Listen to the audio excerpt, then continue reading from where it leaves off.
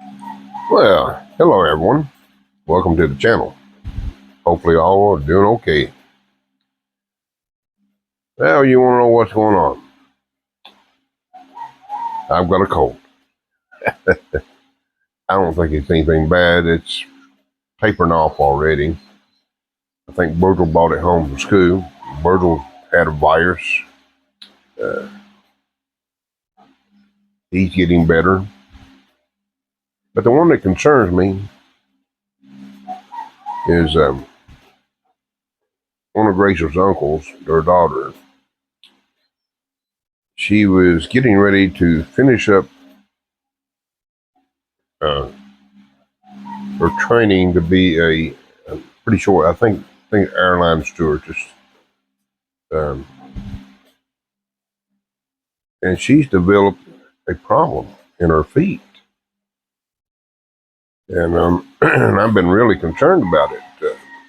And at a young age, I think she's 23, maybe 24 to most. I've uh, maybe younger than that, might be 21. Anyway, beside the point. Uh, I watched these kids grow up. From they're 6, 7 year old when I got here,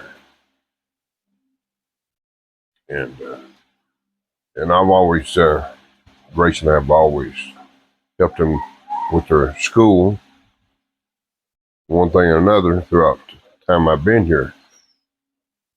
And she's getting swelling of the feet, and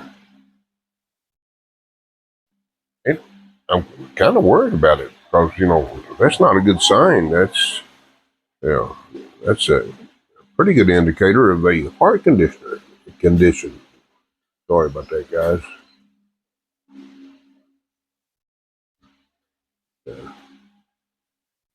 And of course, Grace and I have, even though we couldn't afford it, we took funds out that we normally set on, uh, so they can run some more tests on her.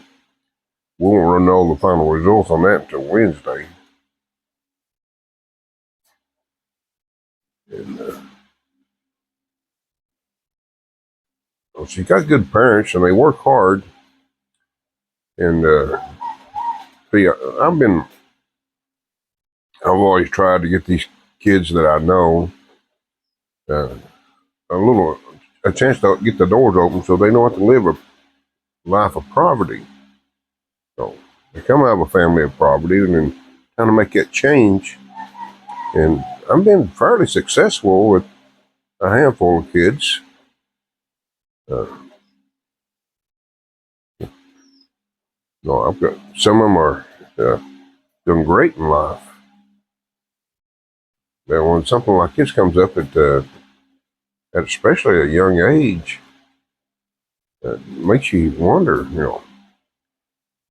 Now my explanation of it is more than likely most Filipinos has this habit. Everything has to be loaded down with salt. I mean, not just a sprinkle. And they load it down everything. I told Grace, I said, salt's a natural blood thickener and can create a problem. I said, to relay this information to the family that at this age, she's going to have to be very careful with how much her salt intake is.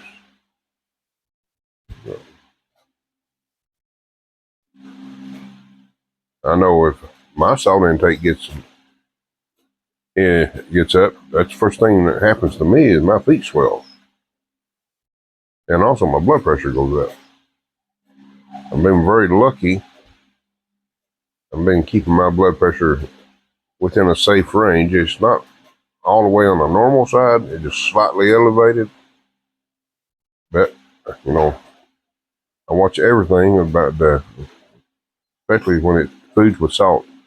That's why it's hard for me to eat out because I'm afraid that I take in too much salt. That's why we have we select restaurants that we know that the salt content is very low. Uh, and most time I have a salad or something like that, and it depends what's on the menu. Yeah. I watch what I eat very closely and monitor. Oh, I struggled getting my sugar levels checked this morning. End up, I had to replace the battery in, which I keep extra batteries for my meter, and it's elevated a little bit, but it's not bad. It's 114. I like to keep it down around 100 or just a tad under when possible. I do watch what I eat for that too. By looking at me, you wouldn't think so. That's where we're at on that. I'm very concerned about the young lady. I mean, they visit here once a year, sometimes twice. Uh,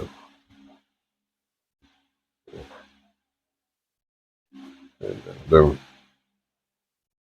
they're very, even as kids, they're very respectful and been great kids. And, they're not rowdy or anything like that as growing up. And it's just something, you think about, especially when you're trying to change someone's life for the better. And they're actually working toward it. I just hope it doesn't end up being anything serious. I hope it's something that can be monitored and taken care of. But that's the way it is. I'm pretty sure Virgil brought this cold I've got in from school. I do limit my contact outside the home. Uh, but overall, things are doing good. And we should have, within the next 2 or 3 days, we should have some new chicks. Trying something different in my incubators. Uh, See if it improves the hatch rate. Up the temperature just a little bit, about 1 degree in Fahrenheit. And I've got the eggs on a mat right now. I took them off the rollers. And according to what I Googled, I'm not turning the eggs this time around. And see if it makes any difference. Can't get no worse.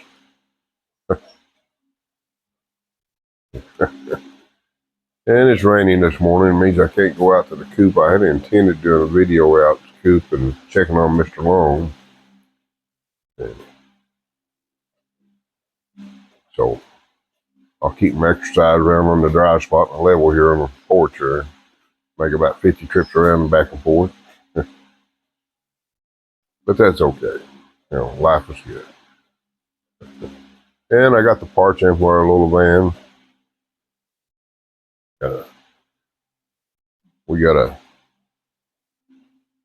We're holding off on that until next month.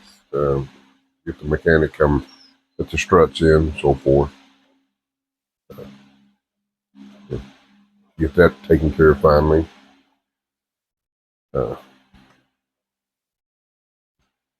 Then we should be in pretty good shape.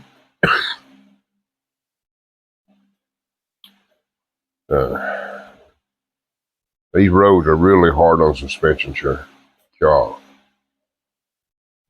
it takes a beating. It would. But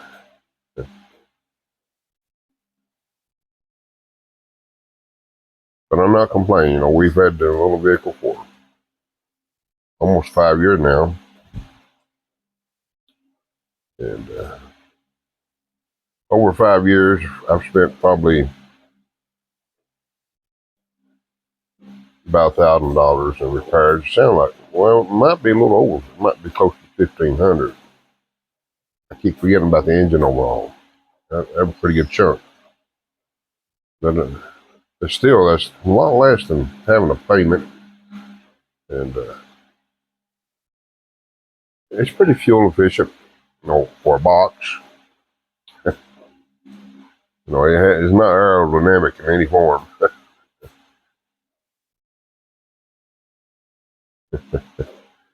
but it drives well. And actually, it's not a bad ride for a shorter wheelbase as it is. It's not bad at all. I know I've had a lot of people ask about sitting on top of the engine and it's hot. Well, it's actually uh, the seat cushion itself and everything has insulation in it. Then you got the cushion. It's actually insulated. And there's a lot of good airflow, especially when you're driving. Uh, keeps the heat from gathering just underneath the seat. Even when sitting in traffic, it's not bad. So, and people have asked, about people over 6 foot tall.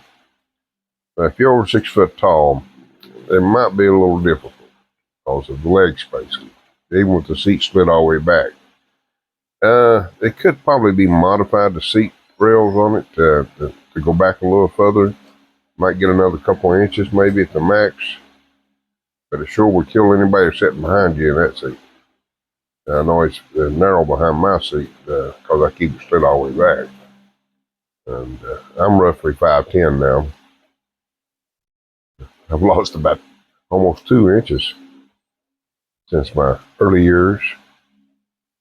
Because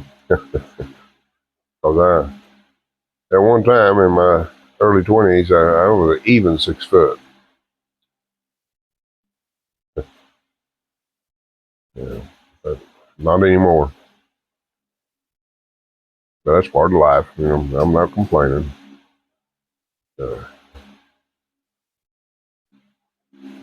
Grace doesn't know how lucky she is because she's small enough she can get in places I can't even think about. She don't have to worry about hitting her head. Here in the Philippines, that's a pretty common thing, because everything's at low. A number of times we've been at the markets and so forth, and they have these canopies, and I have to bend down or get knocked out. But that's all part about living here, if you're willing to step back in time, this is a great place. I often sit here and think about, the younger years of growing up in what we call a hollow. We're with the last few houses. I think there's only a couple of houses above, further up the road from what we lived. Maybe just one. Yeah, there's just one. But all that's changed now. It's nowhere close to what it at that time. But those are memories that this place brings back. Good childhood memories. Speaking of childhood memories, I sat here earlier on my first cup of coffee, reminiscing about my grandfather. He drove a B model Mack hauling coal, and it was one of the first Macks to come in that area. Might have been the first one. Don't know for sure, but anyway, he worked for a company that when they bought that truck, he was the driver they put in it. And I can remember as a kid riding along with him in that old B model. The old B models didn't have Jacob brakes and they didn't have power steering. They were manhandled. And then a quadriflex transmission, if those that knows what trucking is. And it was if you think about it, it was a difficult truck to drive. And my grandfather was you could set your watch by him. He was persistent. He drove it very carefully and took care of the truck. He drove that truck for almost 18 years, same truck. and no major breakdowns, other than flats and maintenance. No engine overhaul, no rear ends, nothing like that. Yeah. But I think about those days of riding in the cab with him. He even inscribed on the dash his name. Yeah. Looked like he's done it with the blade of a knife, but if what I can recall.